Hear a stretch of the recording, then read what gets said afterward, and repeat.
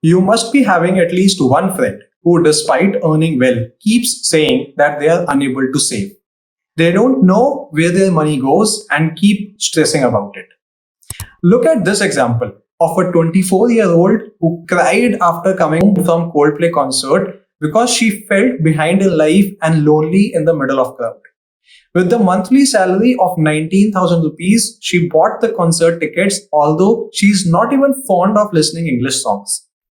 Whether it's the thrill of spending, the guilt of not saving, or the pressure to keep up with society, money isn't just about numbers, it's feelings.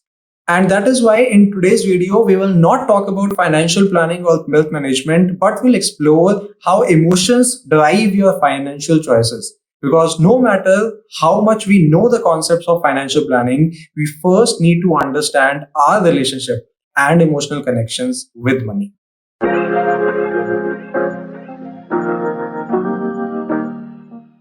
Today's video is going to be a bit longer, but I request you to stay till the end and you will understand your emotional connections with your spending or savings habit.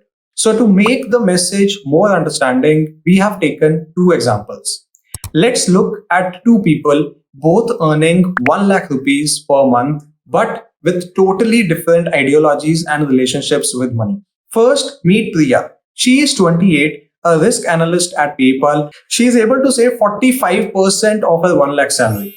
Impressive, right? For her, money means security. Growing up, her family faced financial ups and downs, and that is why she sees savings as her safety net. Priya's analytical job keeps her cautious with the risks, even in her personal finances. She is not chasing the latest iPhone or a fancy vacation. She is saving for a house. Even if at times she spends on small joys like a concert ticket, she starts feeling a FOMO of not investing enough instead. We will call her the compulsive saver. Now meet Arjun. He is 30, a software developer at Amazon, also earning 1 lakh per month. But unlike Priya, Arjun's savings account pretty much zero. He is reckless. He just loves the rush of spending. New gadgets, weekend getaways, that Coldplay concert everyone's posting about on Instagram. He is there.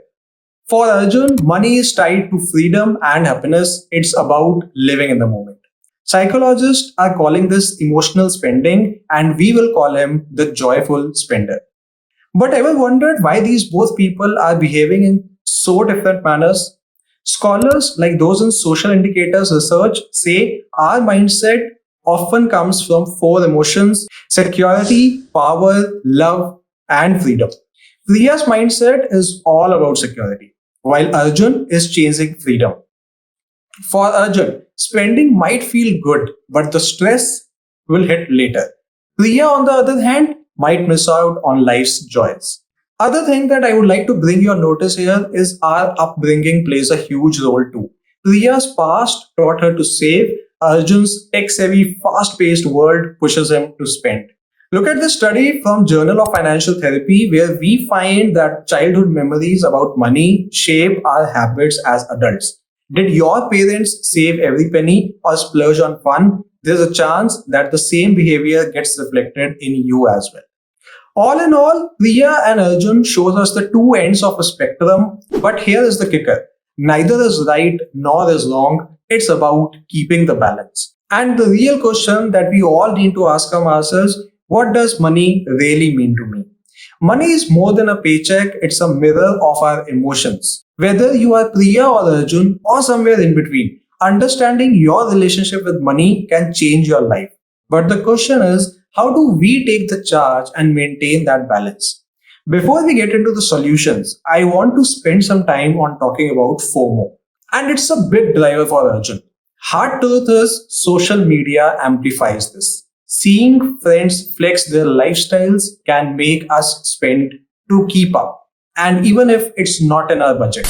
Research says emotions like FOMO can push us to spend beyond our means and can lead to discretionary spendings. That article about the Coldplay fan crying, it's a classic case. Societal pressure and the need to fit in can drain your wallet and leave you stressed. Another research from Psychology Today shows money disagreements and emotions like FOMO are the top stressors in relationships too. So how do we keep a balance between personalities like a compulsive saver and a joyful spender? Because if one is losing out on savings, the other is losing out on the life experiences, and both are important. While it's only you who can take the charge of your spendings and emotional relationship with money, what's coming next is purely my opinion to my audience. Feel free to use it or share your own in the comments. Last two seem to be most valuable to me. Own your emotions. Before making a hefty purchase, next time ask yourself, am I really buying this because I need it or because I feel pressured to? Identifying triggers can help you control impulsive spending.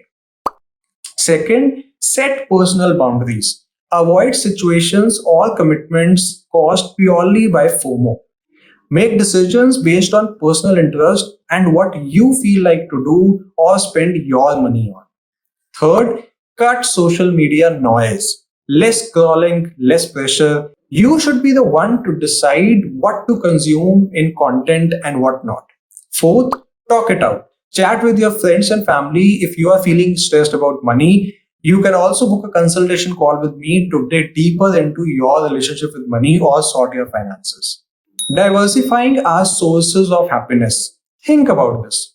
If someone's only joy comes from eating, keeping them hungry makes them cranky. Same goes for money. Arjun spends to feel better, like their concert ticket, and Priya saves obsessively for security, missing out on fun. Both lean on one source too much. Instead, find diverse fields of interest to shift your focus, like reading, gardening, cooking. It's not about fighting that urge, it's about diversifying your sources of happiness so you are not chained to either spending or hoarding. Enjoy more, spend less. Last, practice gratitude. Never criticize yourself or compare your take home salary with someone else. While it is important to grow and keep working harder for increasing your salary, it is also important to take a pause and appreciate what you have. Because for someone else, it is much more. Your money habits aren't just habits, they are stories shaped by emotions, experiences, and beliefs. But the good news, you can rewrite your story. How will you define your relationship with money? Drop it in the comments, and I would love to hear them. If you liked this and if this video makes sense, hit the like button, subscribe to Finvestomate, and ring the bell for more. Plan today for a brighter tomorrow.